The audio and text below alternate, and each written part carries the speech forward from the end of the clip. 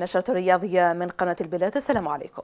البداية بالبطولة الوطنية المحترفة الأولى موبيليس، حيث فاز نادي النصر حسين داي بهدفين نظيفين أمام شباب باتنا برسم الجولة السادسة من عمر البطولة الوطنية المحترفة الأولى موبيليس، ذلك على ملعب عشين أود بالعاصمة.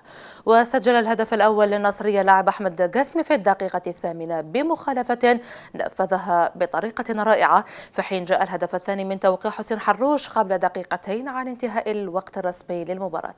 انطباعات حول اللقاء في ميكروفون محمد تامرت. نقدر نقول باللي المقابله كانت صعبه، جينا باش نحققوا نتيجه ايجابيه باش نكملوا سلسله النتائج اللي درناهم في المقابلات السابقه. نقدر نقول باللي المقابله راحت في الدقائق الاولى اللي دخلنا بقوه، ضيعنا هدف يعني كان هدف محقق، هذيك ممكن هي اللي عاودت ترجعت فريق نصر حسين داي للمقابله. شفناهم يعني بعد كانوا اكثر واقعيه وكانوا في الكرات يعني هما الاولين، وهذه هي كره القدم، يعني الانسان لازم يتقبل الخساره. ان شاء الله المقابلات الجايين نكونوا اكثر جاهزيه باش نفوزوا بهم ان شاء الله. عرفوا باللي ماركونا سير ان بالاريتي بون، حنا حبينا نرجعوا المقابله من الاول. كنا راح نسجلوا الهدف في الدقيقه الاولى وين ضيعناها وتلقينا هدف اللي صعب المأموريه تاعنا. وتعرفوا فريق النهد من بعد ولا يلعب في الدفاع ويلعب الهجمات المرتده، واللي خلقت لنا يعني عده صعوبات. نظن باللي المقابله هذه ما كناش نستاهلوا فيها الخساره، ولكن هذه كره القدم. نظن باللي المقابله انتهت ونخمم في المقابله الجايه ان شاء الله. هذه تعطي طونكيسي، واحد يقول الحمد لله خرجت دينا ان بوان خير من والو، وان شاء الله السمانه الجايه نخلفوها مع لمسيه ان شاء الله. انا جامي نخاف ولا لا لا، انا ما نعرفش الخوف. انايا نعرف نقادر الناس، نحترم الناس. انا نخاف من ليكيب تاعي، ما نخافش من لادفيرسير. علاه كاع لادفيرسير اللي يجي عنده قصد اللي سيتادير يتنقل باش يجي يدي نقطه بيان سور.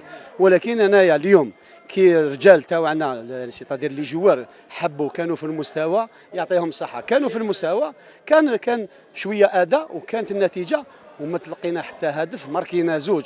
انا نقول اليوم زايد 5 نصر حسين دايما في الجول افيراج. اي واحد يكراسي معك تروازيام في الجول افيراج رانا جوست دارير لوسما. الفوز جا بفضل كاع اصحابي اللي داروا كاع الرول تاعهم. سي فري سيرت هذا كيما نقول لك دوزيام ماتش تاع الشامبيون السما اللي لعبنا هنا في 20 اوت. نشكر ثاني الانصار اللي ساندونا بزاف، وكيما يقول لك ان شاء الله يزيدوا يعاونونا باش نقدموا موسم مليح باذن الله. اليوم ربي وفقنا فزنا بالمقابله هذه، تخلينا دائما رانا مع المراتب الاولى، تخلينا نحضروا المقابلات القادمه ان شاء الله في احسن ظروف.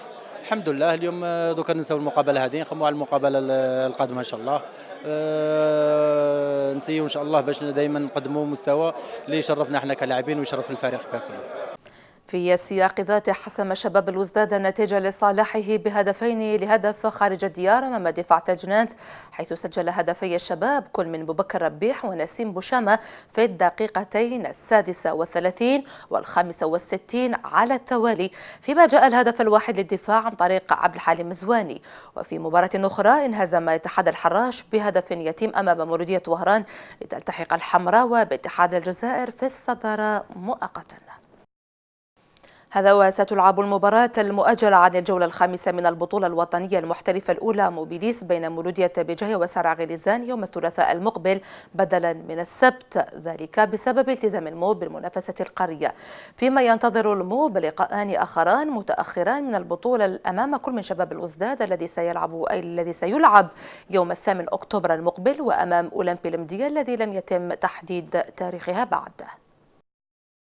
نمر الآن إلى الرابطة المحترفة الثانية موبيليس، حيث أسفرت الجولة الرابعة من المحترفة الثاني موبيليس عن نتائج متباينة، والتي جاءت على النحو التالي: أمل الأربعاء يفوز على حساب مولودية العلمة بهدف نظيف، وداد بوفاريك يتعادل بدون أهداف أمام شبيبة بجاية، كذلك تعادل أمال بوسعادة ب0-0 أمام أولمبيا الشلف، جمعية الخروب تفوز بهدف 0 أمام مولودية صعيدة، اتحاد البوليدة يفوز بهدف 0 أمام نادي بارادو، غالي معسكر يتعادل سلبا أمام شباب عين الفكرون، اتحاد بسكرة تفوز على حساب شبيبة سكيكدا بهدف 0.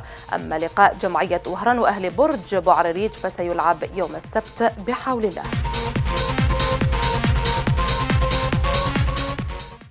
نشرتنا متواصلة، وفيما يخص لقاء الذهاب لنهائي كأس الكاف المرتقب بين نادي مولودية بجاية وتيبي مازامبي الكونغولية المقرر يوم 29 أكتوبر المقبل، أكد الأخضر عجالي مساعد مدرب الموب للإذاعة الوطنية إنه سيتم الإعلان عن الملعب الذي سيحتضن نهائي الذهاب في الأيام القليلة المقبلة، متمنيا إجراء المباراة على ملعب 5 جويلية بدلا من ملعبي تشاكار أو الوحدة المغاربية لولا سوء أرضية الملعب، لأن النادي بحاجة تامة للدعم الجماهيري الكبير في مثل هذه المناسبة الكبرى. كما أكد المتحدث ذاته أن ناديه يركز اهتمامه في الفترة الحالية على لقاءات البطولة المحترفة ما دام الوقت يخدم الموب بشهر كامل قبل خوض مباراة مازيمبي، ذلك لتحسين وضعية النادي في الترتيب والعودة لسكة النتائج الإيجابية.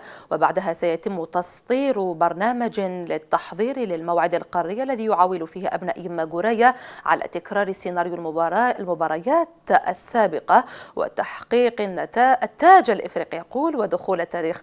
كما أشار عجالي إلى لعب الفريق لعديد المباريات التي يعتبرها سلاحا ذا حدين حيث يتواجد اللاعبون في المنافسة، غير أن ذلك قد يؤثر أيضا على مردودهم بالنظر للإرهاق الذي قد ينال من رفقاء الحارس رحمانية.